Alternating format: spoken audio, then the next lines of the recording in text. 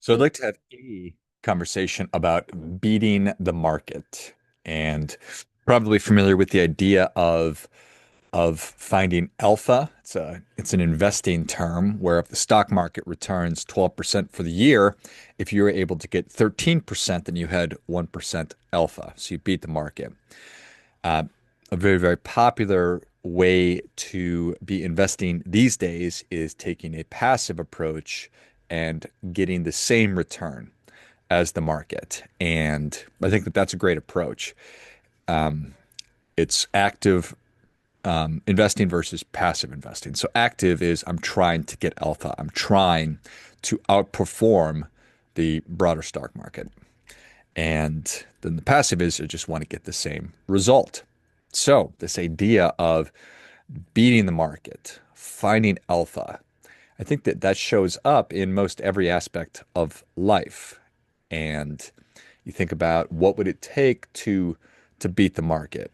And in a lot of ways, you can just benchmark any segment of the population and see how you're doing against that segment of the population. And what brought all this up was I saw recently that the average American male now weighs just a smidge under 200 pounds. So if the average American male weighs 200 pounds, what would it take to find alpha there to beat that? And simply, it would just be okay, if I'm 25 years old and I'm benchmarking the other 25-year-old males in the United States, you sort of get the idea here. And I don't know that weight is necessarily a good thing or a bad thing, but it does come down to the composition of your body. So your body fat percentage, the amount of muscle you have. But more importantly, I think from my perspective is how I'm able to perform and be physically active. So how much weight can I lift? How strong am I? How many push-ups can I do? How long does it take me to run a mile? And those are some things that I think that we all ought to be pursuing and to at least be close to those numbers, if not beating the market. So that's what I wanted to talk about today is beating the market from an exercise perspective. And again, the overall average for males in the United States is 199.8 pounds. And that breaks down 20 through 29, it's 188 pounds. Age 30 to 39, 208 pounds. 40 to 49, 206.9, 50 to 59, 202, 60 to 69, 201, 70 to 79, 193, and 80 and over is 177 pounds. Okay, that's pretty interesting. Average height, 68.9 inches. Obviously, the weight in pounds, 199. The average waist circumference is 40 inches. So the average American male has a 40-inch waist. So that's an interesting one to just really quick benchmark yourself against. What is your waist size? How much do you weigh? Are you within that? Um, let's talk about obesity.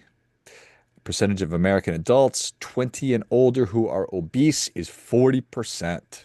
So those numbers, the weight, these are not people who are just jacked. It is not people who are so full of muscle that they are heavier because muscle weighs more than fat does. These are people who are obese.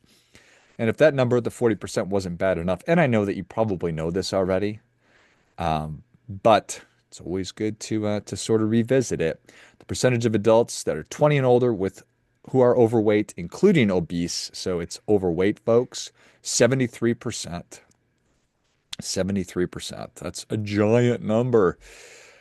Sad thing that kids that are 12 to 19 years old, 22%. 6 to 11, 20%. Oh my goodness. So let's talk about body fat. The body fat on ages 20 and older, average body fat is 28%. Young men, 20 to 39, 26%. Older adult men, 40 to 59, it's the 28.6%. So, oof. That's rough. It's one thing to go through a phase, maybe as a young person, where you're a little chubbier, a little sturdier, but to go into older life with a massive amount of body fat, literally, is just a recipe for disaster at every level. It's putting a strain on your internal organs, it's putting a strain on your heart, and believe it or not, it's probably going to kill you. So, what does it take to be in the 1% from a body fat perspective? If we're going from 28% just in general to be in the 1%. So, really beating the market, to be in the 1%. We talk a lot about this 1%, usually in the terms of wealth, but certainly in the terms of health, which is a different form of wealth from my perspective. To be in the 1% of American males, you need to be at 5 to 7% body fat. 5 to 7%. Women, and I'm just focused on men today. Apologize, ladies.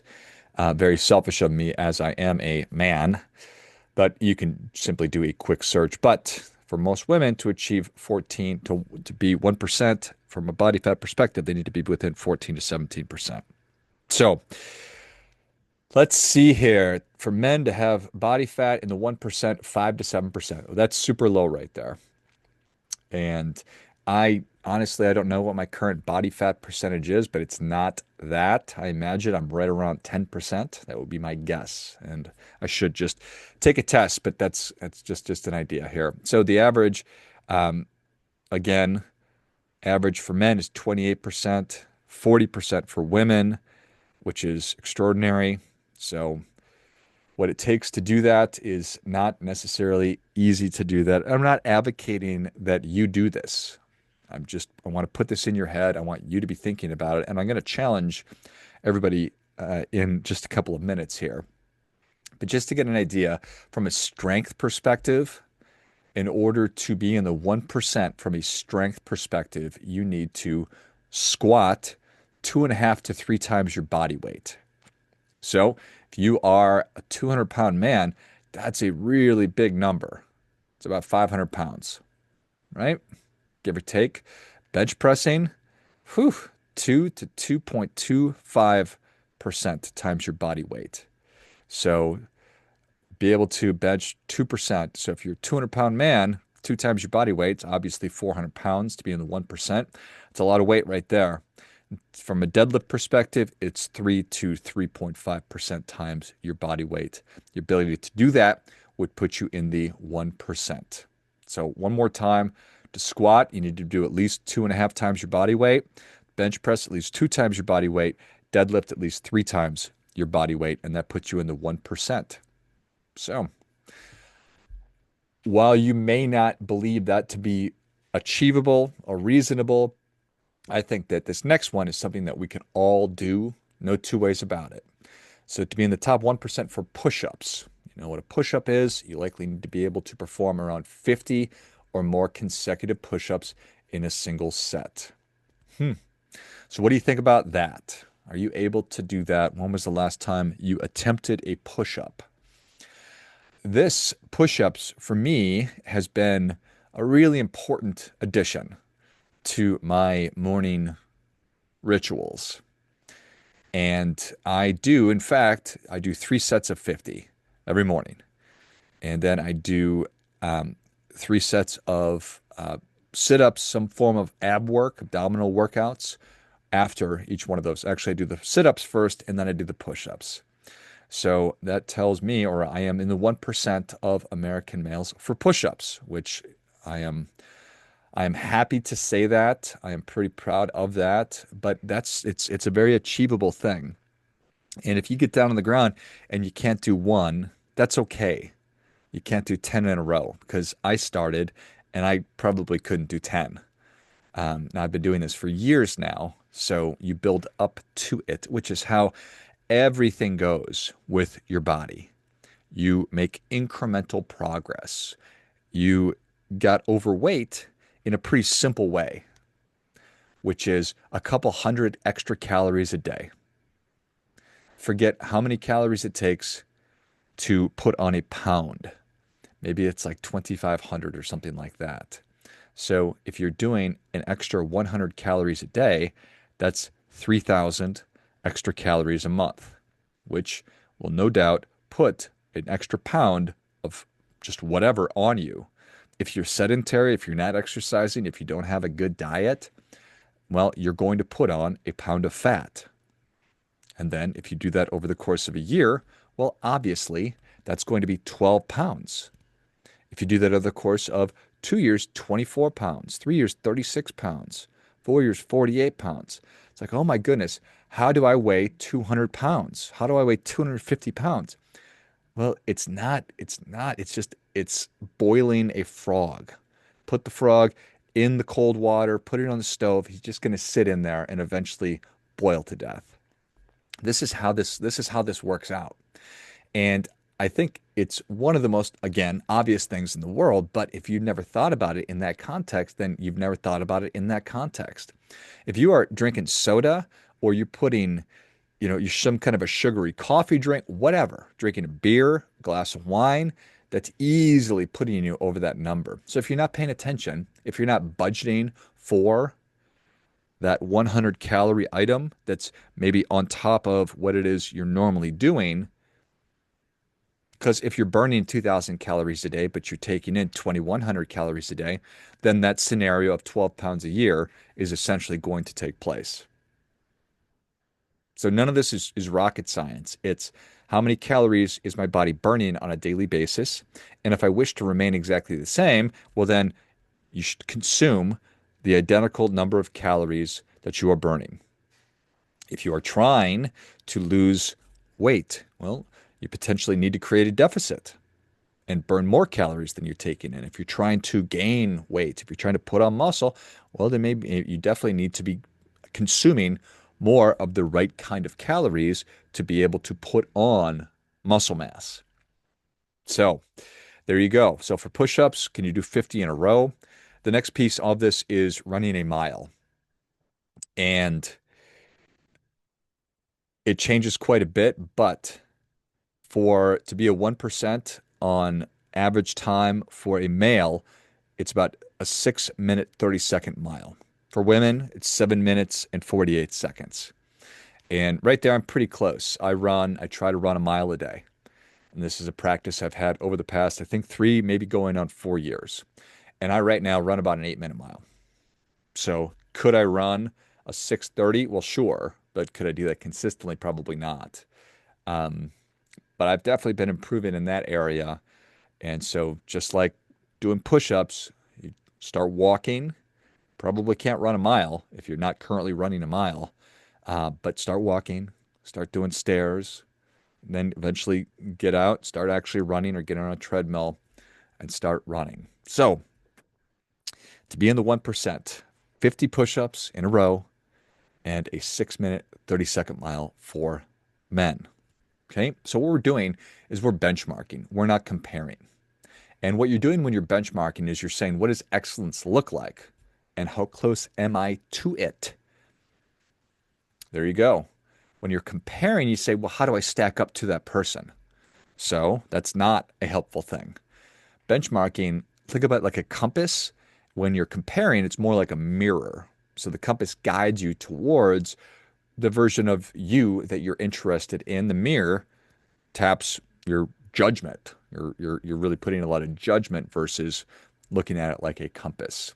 So if you have a growth mindset, I think having benchmarking, it helps to align with that because I can look at somebody who is performing or doing the thing that I want and say, okay, great, I can get to that point. And unfortunately, when we compare, that's more of it's like a zero-sum game. That person's better, and therefore I am worse. And that's not what I'm driving at. I'm not, if you're 200 pounds and you can't run and you can't do a push-up, I'm not saying you're a bad person, because I'm not comparing. I'm saying that you are below the standards with which I believe you should be holding yourself. Because if you're not holding yourself to a high standard, then what's the frickin' point? I mean, like Steve Jobs said, we're here to put a dent in the universe. And so many of us are just sleepwalking through life, and we're sort of just floating aimlessly through the universe, not putting any dents in anything, except if you're 300 pounds and you run into something, you're probably going to dent it. That's a mean dad joke, or just a mean kind of thing to say. Sorry about that. So when you're benchmarking, it builds capability. I think comparison just builds resentment. So when you are benchmarking, you're identifying a model of excellence, a person, a process, or a result, and then you try to figure out what the principles, what did this person do? How did they find this level of success, of excellence? And then how do I take those principles and apply them to my life? So you are measuring progress against your own trajectory, not against what you see some stranger on the internet doing. So that's a really important thing. So an example of that is if I'm benchmarking, the top 1% of people are running a mile and doing 200 push-ups at 6 a.m. It's amazing. Okay. So how do I figure out how to do that? Or you could compare yourself and say, oh, look at Steve over there. He's just killing it. There's no way I can ever catch up. So the first, obviously, I think is motivating, and that's like pulling you towards it. The second one is just leading to paralysis where you're not going to do anything and you're just going to stay stuck exactly where you are, maybe even stuck in your chair because you are, yeah, you get the idea.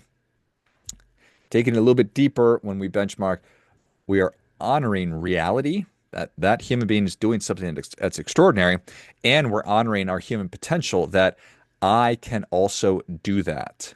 One of the things that's great about social media is that you can see if you follow any fitness kind of people or fitness coaches or influencers or whatever the term is, that they post their clients before and after pictures.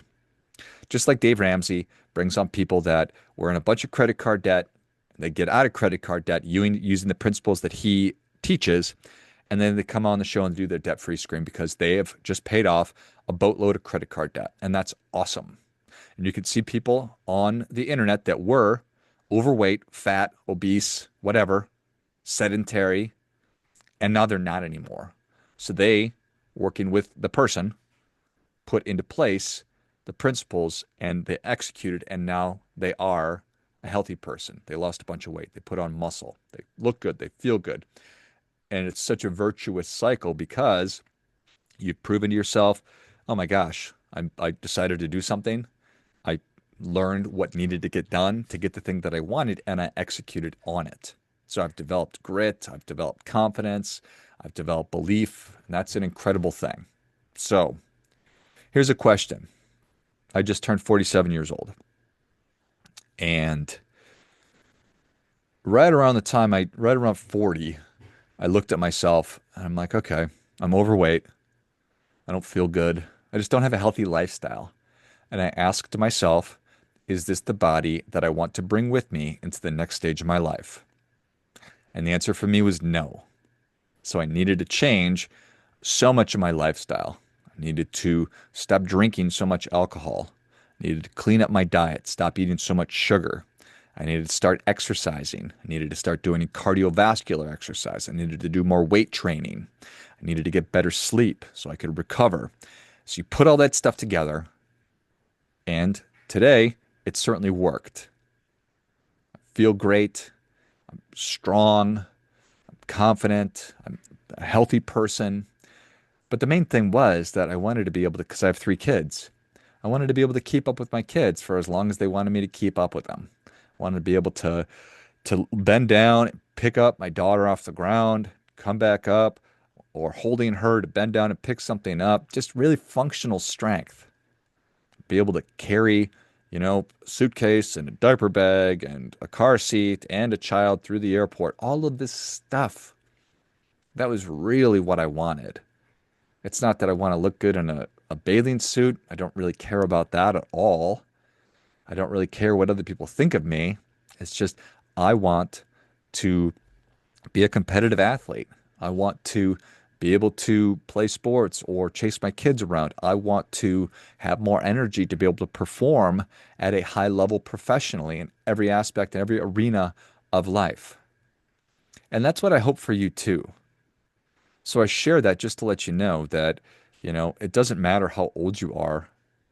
or what your circumstance, well, certainly some of your circumstances matter, what your know-how is, because if you don't understand, if you don't know how to work out or lift weights, then it could be an uncomfortable thing to get into the gym and to find yourself in an uncomfortable environment. But I just advocate that that is knowledge you can gain.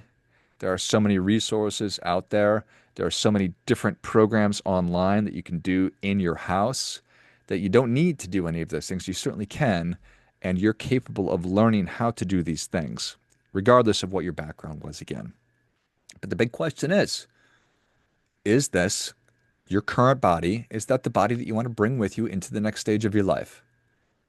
If you're 200 pounds, 5'8" or whatever, you have a 40-inch waist, now's the time. It doesn't get any easier as we get older. Everything gets a little harder as we get older. We get smarter, hopefully, but taking care of your body, increasing your lifespan, but also your health span.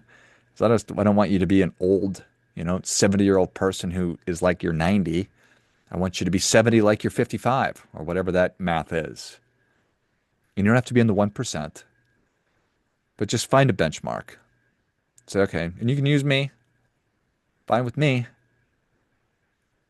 You know, I'm 6'1", 185, run an 8-minute mile, do 150 push-ups every morning, 3 sets of 50, have a pretty reasonable diet, work out, all that stuff. It's within your reach. I want you to do it. I want you to get what you want. In order to get what you want, you have to know what you want, to know what matters, and then start acting like it. Start beating the market instead of just, middling or muddling through it or being in the bottom 1%. That's not what was meant for you. There's so much more that is available to you if you're able to get this part of your life together. And it's so important. Our bodies are just this thing that we've been dragging around with us, and we're shoving crappy food into it out of convenience and because it tastes good and it feels good for the time being when we're eating it, but that's it. It's all available to you. I want you to get what you want. I want you to do your part by doing your best.